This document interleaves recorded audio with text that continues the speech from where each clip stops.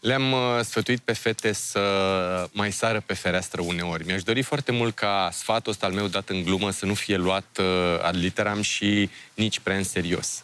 E doar o glumă care spune de fapt că uneori e bine să vezi lucrurile altfel. Hai să intrăm prima oară în dormitorul. Stai să-mi spuneți și mie. Este sufragerie. Păi văd Da, un aici pat. dormim noi. Da. A, deci e o sufragerie dormitor. Da. Da. Ok. Stați jos. Au. Da, așa. Ok. Puteți să-mi spuneți așa pe scurt cum e viața voastră? Viața noastră este grea. Cel puțin a mea.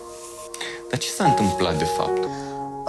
El a început să bea foarte mult.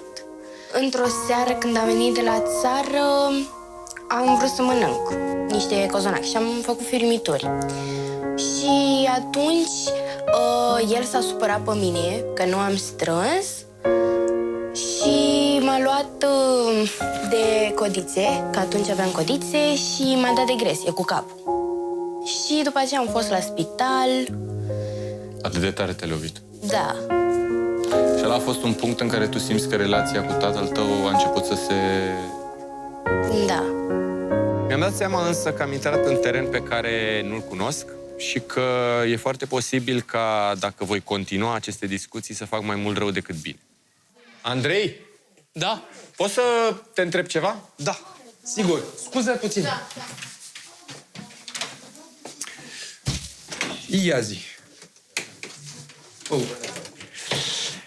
Nu vreau să vorbesc despre apartament neapărat acum, cât aș vrea să vorbesc puțin cu ele și tu ai ceva mai multă experiență ca mine în situații de genul ăsta. Ok, da. Hai să vorbim împreună. Hei.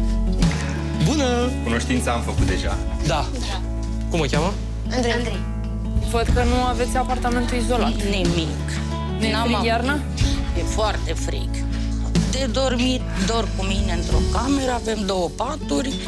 Eu dorm într-un pat separat, iar mami cu Alexandra dorm în același pat.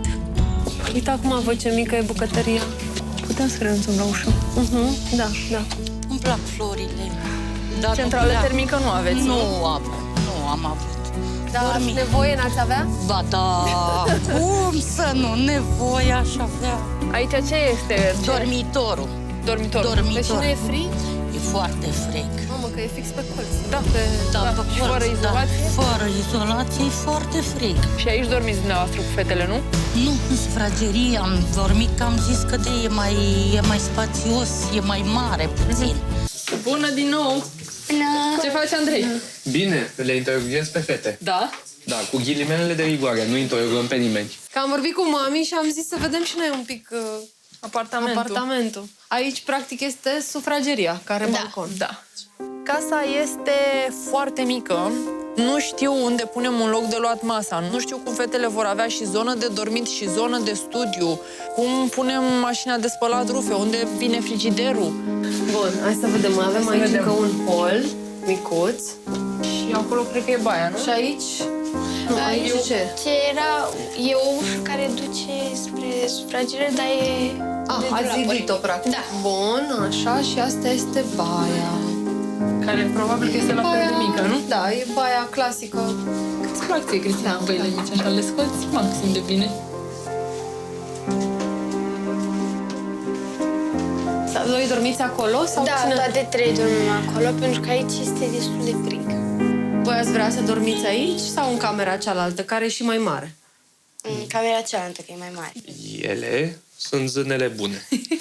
Da?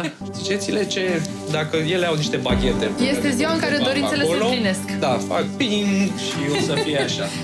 Eu vreau să am patul meu separat de Elena. Ok. Și salteaua să fie mare și perna la fel, pentru că eu nu pot să stau pe mutare. Am înțeles, Bun. ok. Asta Doar este... spate. Dar vrei să dormi în aceeași cameră cu ea? Da. Eu vreau un pat moale. Da. Nu, tare. Așa. Pernă moale. Și vreau un colțișor al meu de relaxare, unde pot să citesc. Îți place să citești? Da. Așa. Să fii și așa într-un contract de natură. Adică să ai niște plante, că și mami a zis singurul lucru, a zis că îi plac plantele și florile. Și mie îmi plac. Da? Ok, bun, deci uite, am găsit un numitor comun. Da. Am aflat și despre culori. O culoare neagră. Ah, da, cum să nu? Bineînțeles. Așa. Și văzut îmbrăcată. Da. Vrem să avem birouri separate. Eu vreau ca se poate birou să aibă culoarea neagră. Bun, ok, așa. Eu am. Bun. Și pentru mami, că ea o să fie în camera asta și camera asta are o anumită greutate vis-a-vis de amintirile voastre. Ce facem cu ea pentru mami ca să fie frumos și bine? Să fie luminoasă, să aibă multă lumină și foarte multe flori.